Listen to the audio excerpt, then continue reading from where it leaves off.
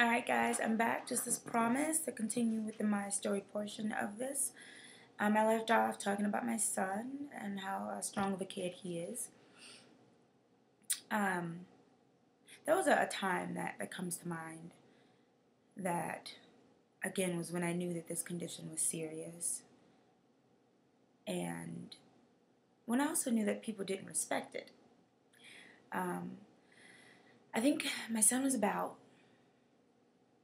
5 or 6. I'd go with less than 6, no more than 6.5. And we were staying in our townhome, and I had been on downstairs sleeping in the living room on the floor for about a week. And our bathroom was upstairs, so it was brutal trying to go up and down the stairs. And my son would often stay with my mom and my sister, and I remember my mom brought him home. And, he'd sit in his room and he'd play, and I'd just be downstairs, laid the hell out on the floor, just knocked out. But when he'd come home, I'd wake up and I'd try to be a little coherent for him, but it didn't always work. He knew, so he'd just sit there and watch TV with me. Well, one day I had recently had a surgery, and there I was in the house. I wasn't feeling so good. The fibro pain was pissing me off. It was a fibromyalgia-related surgery, I believe. And I was just, God, I felt like shit. And I called one of my friends, Leon Jones, and I called him on the phone, and I was like, I need you to do me a favor. And I said, can you come over and bring some food for my son and I, because I can't get up to cook. And I called him because I knew that he would either be in the area, or there was a reason why I called him versus anyone else. I think I knew he would be close. And he said, yeah, sure, give me a minute. About 15 minutes later, he was very quick about it. He showed up. He knew about my fibro pain and everything like that, and he was very supportive. And so he showed up, and he walked in, and he's like, man, you're on the floor, what's going on? And I'm like, I feel like crap. We live right by McDonald's. It's like, can you run up the street and just get him some McDonald's, my mom's going to come get him tomorrow. I can't hack it today. And I can't get up to fix anything to eat. And he said, yeah, sure, no problem.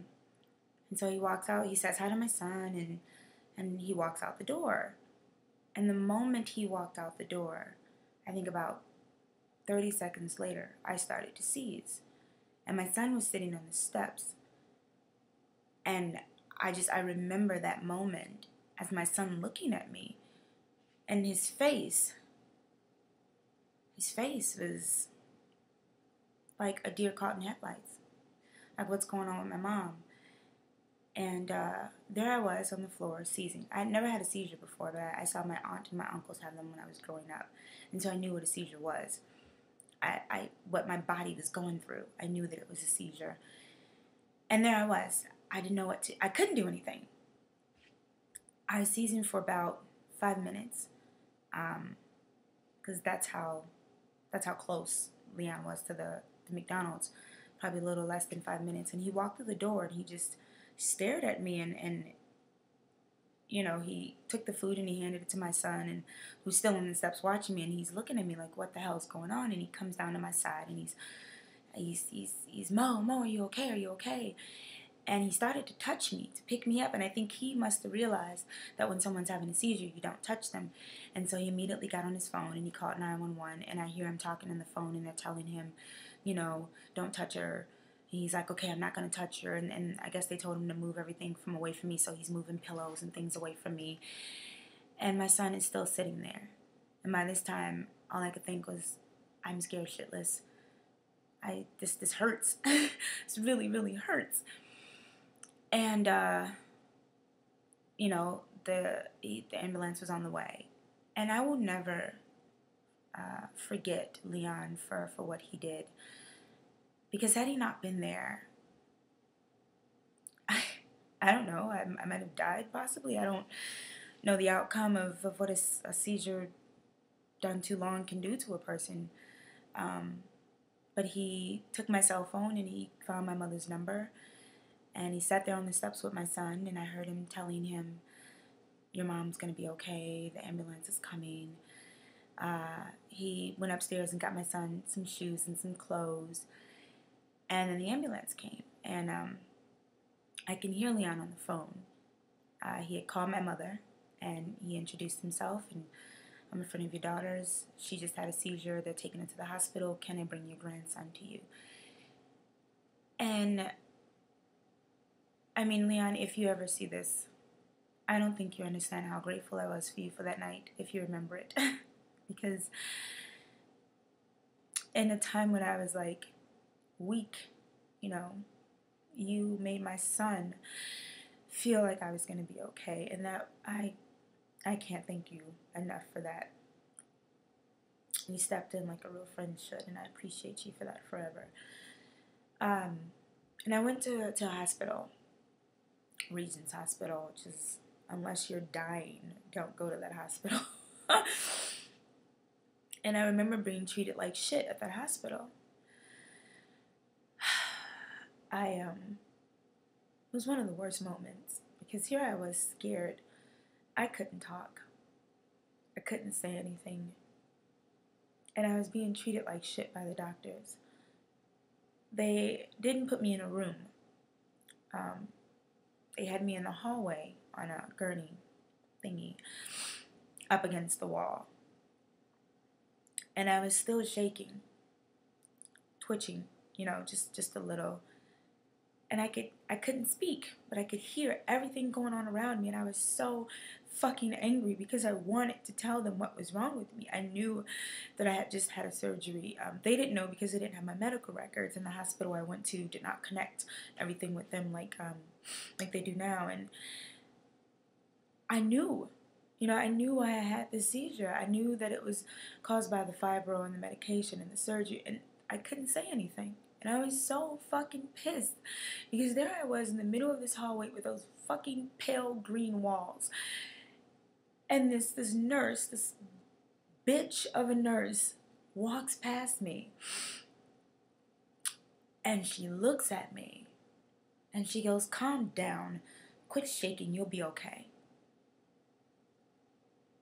And here I can't talk, and I'm thinking to myself, if I can get up, I will kick this bitch cold cock in her ass. And I was so angry inside. Like, I couldn't even cry. I was just sitting there, this fucking pawn. And then I remember the worst thing that made that experience even more worse was another doctor came by. And the nurse was like, "She's still shaking." And the doctor said, "Well, look at her arms. Just check her arms. She's probably on meth. She's probably a heroin addict. Just check her." And I remember that fucking day so vividly. And I'm so resentful towards that hospital because they thought I was on drugs. They thought I was like a crackhead or something. You know, I'm at the moment where I'm fucking afraid. And they thought I was on drugs. I will never forget that moment. So fuck you, Regents. And your emergency room. It wasn't until they found out that I had a septic shock reaction to the surgery that they gave me some respect and put me in an actual room and started talking nice to me when they found out that they ran a drug screening on me. They found out that I was clean. Yay. So I hate that hospital.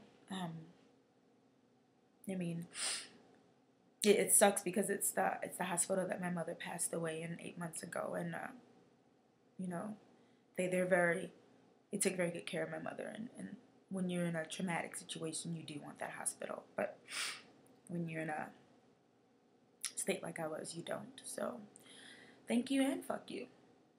I think that's appropriate.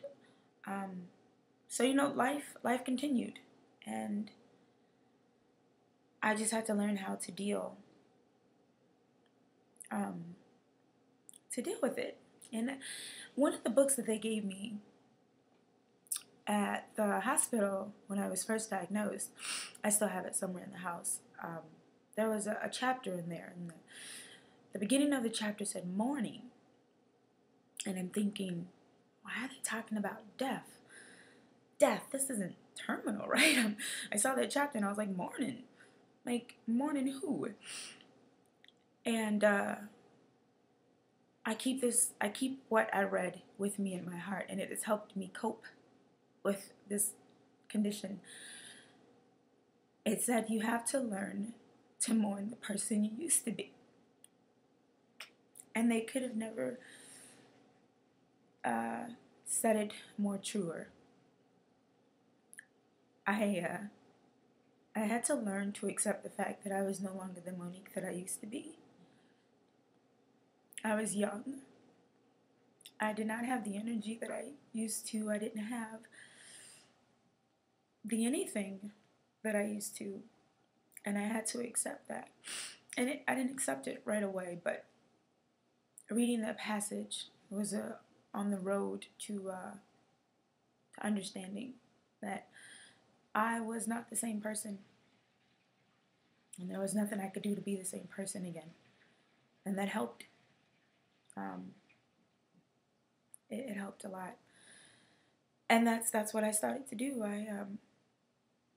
I started to say goodbye to the person that I used to be. And with that came saying goodbye to friends. It was very taxing on friendships, especially with my former best friend who, you know, she couldn't deal with it. The me talk. And I apologize for that, you know. But what do you do when you're just starting out with something you don't know what it is, you know? The one thing that I hate what this condition does to me is it makes me a very, very mean person. And people who know me personally know what I'm talking about. People who meet me and at work and, like, you know, casual, like, mean. There's no way you're mean. But when I tell you that my temper, my attitude is the most nastiest attitude that you can have, it is. And it's because of the pain. I'm always in so much pain and I don't know how to deal with it. And so I express it through anger. And it makes me a very unlikable person by many people. My friends, thank the heavens for them, they know. They know and they accept it. And they just, they know that when I'm going through a painful moment, they try their best to cheer me up. And I thank them for that because they have no idea what it feels like to be in this mind. I don't want to be in this mind. I don't want to be mean. And they try their best, and I'm grateful for them knowing. They know the real me. They know the fun side of me. And they don't let the mean part of me overshadow that. And I appreciate them for that because,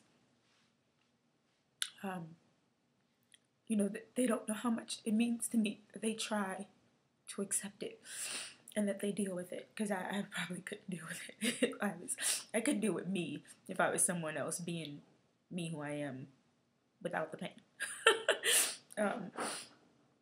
So they're very helpful in that aspect, and you know, that's just what this condition is. You just deal with it. You know, life hands you lemons and you make your own special kind of lemonade. And that's what I had to do.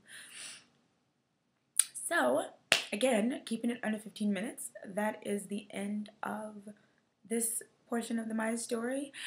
I guess I'll continue on next. I didn't think it would be this long, but I want to get it out. So I'm going to stop it now, and then I'll pick it back up and continue this thing on. Alrighty, thanks for watching. Bye.